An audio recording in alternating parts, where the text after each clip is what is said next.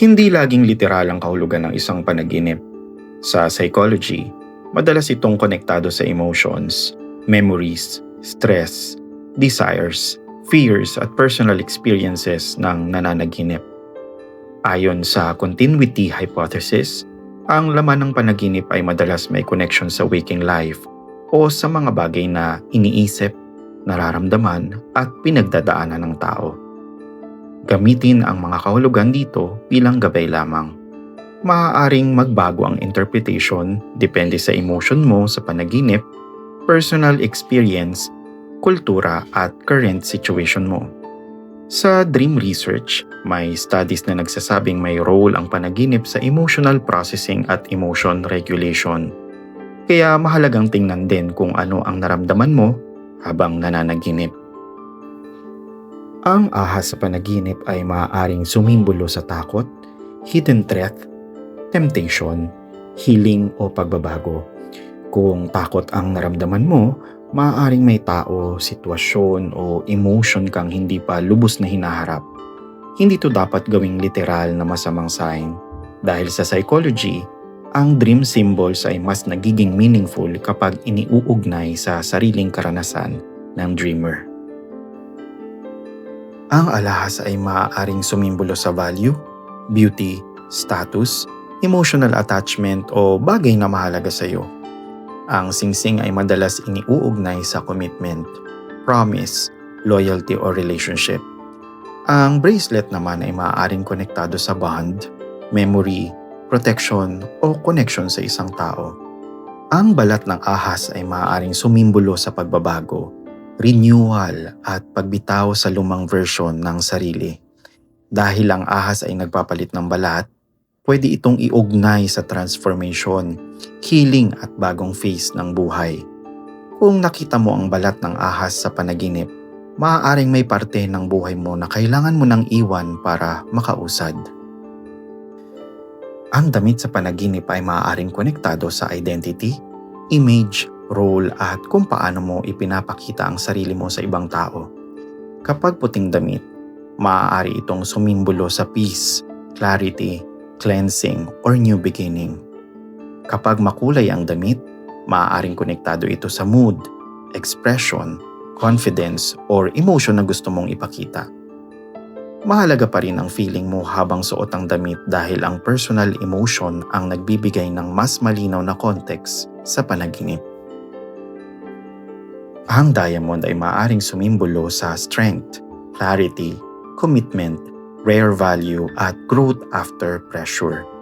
Kung nakakita ka ng diamond sa panaginip, maaaring may mahalagang relationship, talent, wisdom or opportunity na kailangan mong pahalagahan. Maaari rin itong paalala na minsan, ang pressure sa buhay ang naghuhubog ng mas matatag na version ng sarili mo. Ang garapata o kuto ay maaaring sumimbolo sa draining energy, irritation, stress o taong kumakapit sa iyo emotionally. Maaari rin itong magpakita ng maliit pero paulit-ulit na problemang nagpapabagabag sa iyo. Kung ganito ang panaginip, magandang tanungin ang sarili kung sino o ano ang nagpapabigat sa puso mo ngayon. Ang gintong ahas ay maaaring sumimbolo sa powerful transformation, hidden opportunity, wisdom or valuable lesson na galing sa isang challenging situation. Ang ahas ay maaaring konektado sa takot o pagbabago, habang ang ginto ay madalas iniuugnay sa value, blessing or self-worth. Kapag pinagsama, pwede itong magpahiwatig na may mahalagang aral o opportunity sa isang sitwasyon na una mong kinatatakutan. Ang ginto ay maaaring konektado sa value, self-worth, success, opportunity or blessing. Kung nakakita ka ng gold sa panaginip, maaaring may talent, chance or mahalagang bagay sa buhay mo na kailangan mong mas pahalagahan. Hindi literal na pera agad ang ibig sabihin nito. Pwede rin itong tungkol sa sariling halaga o opportunity na hindi mo pa napapansin. Kapag nanaginip kang hinahabol, maaaring may pressure, fear, responsibility, tao, or emotion kang iniiwasan sa totoong buhay. Common ito sa panaginip na may anxiety or stress. mas mahalagang tingnan kung sino o ano ang humahabol dahil doon madalas makikita kung anong issue ang iniiwasan mong harapin. Ang kaibigan sa panaginip ay maaaring literal na tungkol sa relationship ninyo, pero pwede rin siyang sumimbolo sa quality na nakikita mo sa kanya. Kung masaya kayo sa panaginip, maaaring may need ka for support, belongingness, or connection. Kung may conflict, maaaring may unresolved issue, insecurity, or emotion na hindi mo pa nasasabi. Ang langgam ay maaaring sumimbolo sa sipag, teamwork, patience, at small efforts na nagkakaroon ng magandang resulta. Kung maraming langgam, maaaring may maliit na problema na dumadami dahil napapabayaan. Maaari rin itong reminder na maging consistent dahil hindi lahat ng progress ay biglaan. Ang paglipad sa panaginip ay maaaring konektado sa freedom, confidence, ambition, escape or desire na makalaya mula sa limitasyon. Kung masaya ang pakiramdam mo habang lumilipad, maaaring may sense of control or growth. Kung natatakot ka, maaaring may fear ka sa bagong phase or responsibility na kasama ng freedom. Ang malunggay ay maaaring sumimbolo sa nourishment, healing, health, family support, at practical blessings. Dahil kilala ito bilang masustansyang halaman, maaaring ipinapakita ng panaginip ang need mo for self-care, rest, or support. Maaari rin itong reminder na minsan, simpleng bagay ang pinakakailangan para gumaan ang sitwasyon. Ang ngipin sa panaginip ay maaaring konektado sa anxiety, confidence, communication, fear of loss, or embarrassment. Kapag natanggal ang ngipin, maaaring may takot kang mawala ng kontrol, mapahiya, or hindi masabi ang gusto mong sabihin. Mahalaga ring tingnan kung may real-life stress, body concern, or communication issues kang pinagdadaanan. Ang numero sa panaginip ay maaaring may personal meaning, depende sa dreamer. Pwede itong konektado sa birthday, edad, date, money, deadline, lucky number, or repeated pattern sa buhay mo. Kung paulit-ulit ang isang numero, mas magandang tingnan kung saan mo ito nakikita sa waking life at ano ang emotion mo kapag napapanaginipan mo ito.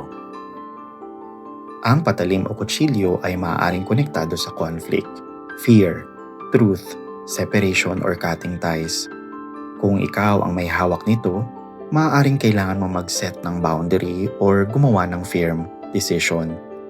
Kung ibang tao ang may hawak, maaaring may fear ka na masaktan, mabitray, or ma-pressure. Ang prutas ay maaaring sumimbolo sa growth, reward, health, fertility, abundance, or bunga ng effort mo. Kung hinog ang prutas, maaaring may magandang resulta or blessing mula sa pinaghirapan mo. Kung bulok or panis, maaaring may opportunity, relationship, or habit na hindi na nakakabuti para sa iyo. Ang pusa ay maaaring sumimbolo sa intuition, independence, mystery, feminine energy, or quiet observation. Kung mabait ang pusa sa panaginip, maaaring connected ka sa intuition mo. Kung aggressive naman, maaaring may hidden tension, trust issues, or sitwasyon na hindi mo palubos maintindihan. Ang puting kandila ay maaaring sumimbolo sa hope, prayer, cleansing, peace, guidance, at spiritual protection. Kung maliwanag ang apoy, maaaring may clarity, direction, or hope sa sitwasyon. Kung namatay ang apoy, maaaring may pagod, doubt, or need mong magpahinga emotionally and spiritually. Ang salamin ay maaaring sumimbolo sa self-reflection, self-image, at kung paano mo nakikita ang sarili mo. Kung malinaw ang reflection, maaaring may self-awareness ka. Kung basag or malabo ang salamin, maaaring may insecurity, confusion, or baluktot kang pananaw sa sarili or sa sitwasyon mo. Ang walang tsinela sa panaginip ay maaaring konektado sa vulnerability, lack of preparation, insecurity, or feeling na hindi ka protected. Kung nahihiya ka sa panaginip, maaaring may fear of judgment ka sa totoong buhay. Kung kalmado ka naman, maaari itong sumimbolo sa humility, simplicity, or pagbabalik sa mas totoong version ng sarili mo. Kung gusto mong magpa-interpret ng panaginip, mag-comment lang sa video na ito. Ilagay mo kung ano mismo ang panaginip mo at siguraduhing isama ang iyong current situation. Mas nagiging malinaw at accurate ang interpretation kapag kumpleto ang context.